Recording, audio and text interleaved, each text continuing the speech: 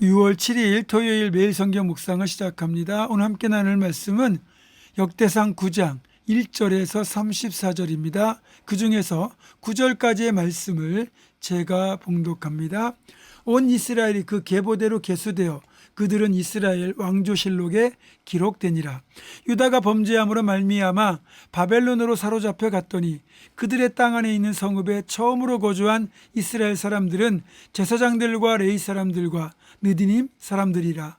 유다 자손과 베냐민 자손과 에브라임과 므낫세 자손 중에서 예루살렘에 거주한 자는 유다의 아들 베레스 자손 중에 우데이니 그는 암미우스의 아들이요 오므리의 손자요 이므리의 증손이요 바니의 현손이며 실로 사람 중에서는 맏아들 아사야와 그의 아들들이요 세라 자손 중에서는 여우엘과 그 형제 690명이요 베냐민 자손 중에서는 하스누아의 증손 호다위아의 손자 무슬람의 아들 살루요 여로함의 아들 이브네야와 미그리의 손자 우시의 아들 엘라요 이브니아의 증손 루엘의 손자 스바다의 아들 무슬람이요 또 그의 형제들이라.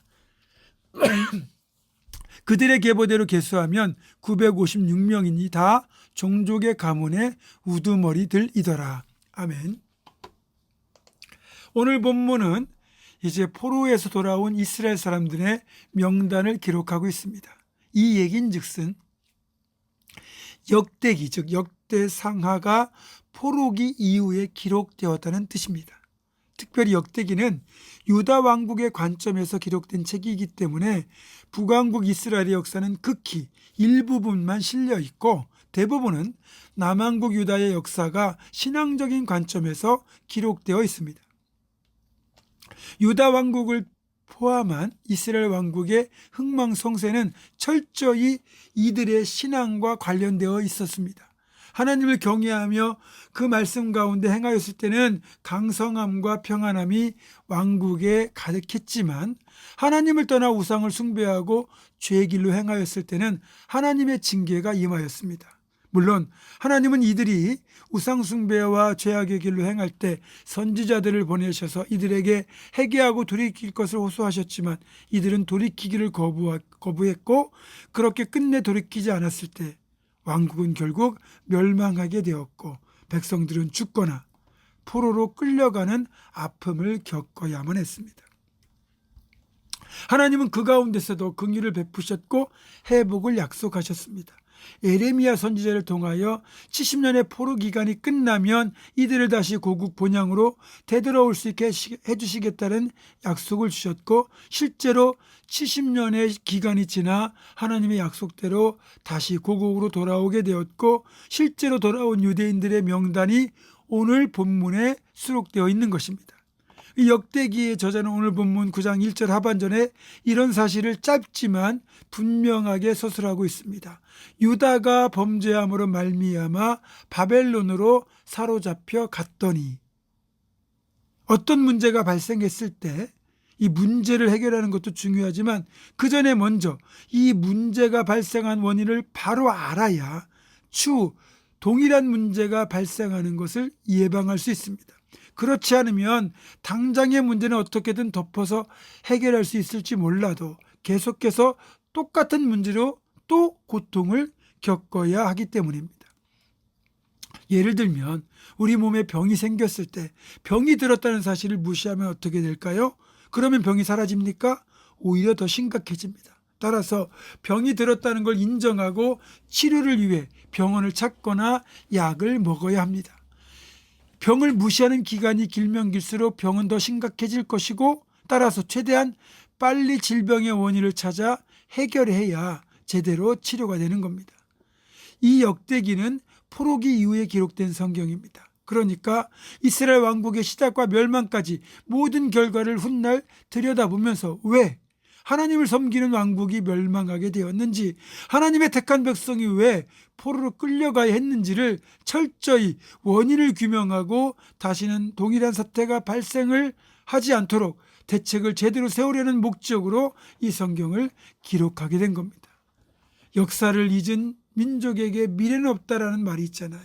그러니까 성경의 역사 자신들의 역사를 들여다보면서 왜 이런 일이 생겼는지를 바르게 진단해야 해결책이 나온다는 거죠. 정신병원에서는요, 입원한 환자가 완치되었는지 아닌지를 테스트하는 좋은 방법이 있다고 합니다. 우선 환자가 기거하는 방에 수도꼭지를 물이 졸졸졸 흐를 만큼 틀어놓는다고 합니다.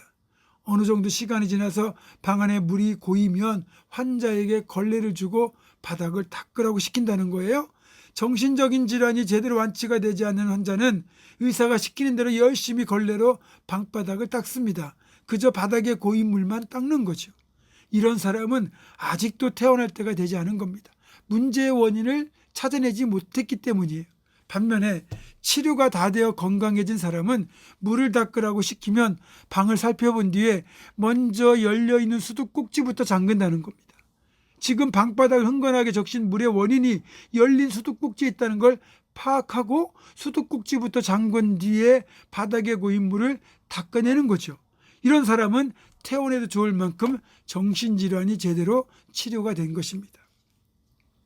건강한 사람이라고 할 때는 몸이 건강한 사람이 아니라 똑바른 정신과 분별력을 갖추고 지금 자신이 살아가고 있는 현실 속에서 나타나고 있는 문제의 원인과 해결책을 발견할 수 있을 때 그런 사람이 진정 건강한 사람이라고 할 수 있는 겁니다.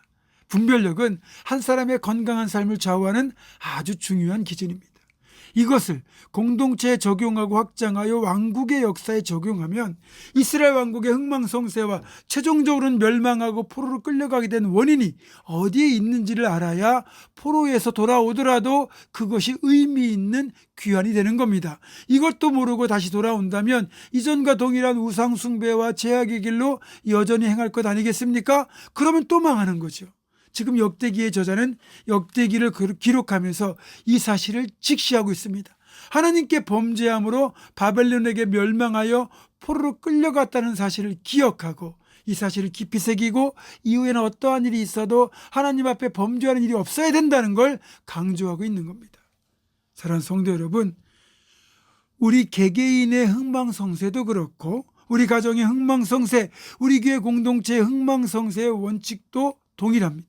늘 하나님 말씀 안에 기준을 두고 의의 길로 행하고 혹 넘어지고 죄를 짓더라도 깨닫고 돌이키는 것, 그것이 망하지 않는 길, 혹 넘어지더라도 회복되는 비결, 은혜를 입는 비결임을 잊지 말고 그렇게 바른 판단과 적용으로 복된 삶을 살아내는 우리가 되기를 주님의 이름으로 축원합니다. 기도하겠습니다. 하나님, 우리가 망하고 회복되는 모든 가정 가운데 그 원인을 바르게 찾게 하시고 하나님을 떠난 것이 원인이라면, 말씀을 벗어난 것이 원인이라면 하나님께 돌아오고 말씀 안에 회복되는 그런 지혜로운 판단할 수 있게 도와주시고 그 길을 통하여 다시 하나님이 일으키시고 회복시키시고 끝까지 지켜주시는 복된 은혜를 입는 우리가 될 수 있도록 인도하여 주시옵소서. 예수님의 이름으로 기도하옵고 이제는 우리 주 예수 그리스도의 은혜와 하나님의 사랑과 성령의 교통하심이 내 개인의 삶에 또 공동체의 삶에 일어나는 모든 일들 가운데 그 고통의 원인과 대책을 바르게 찾아내고 대처하여 좀 하나님 베푸시는 놀라운 회복의 은혜를 힘있기로 결단하는 사랑하는 모든 성도들, 이들의 삶과 가정과 생업과 앞날과 우리 교회 위에 지금부터 영원토록 함께 하시옵기를 간절히 축원하옵나이다. 아멘.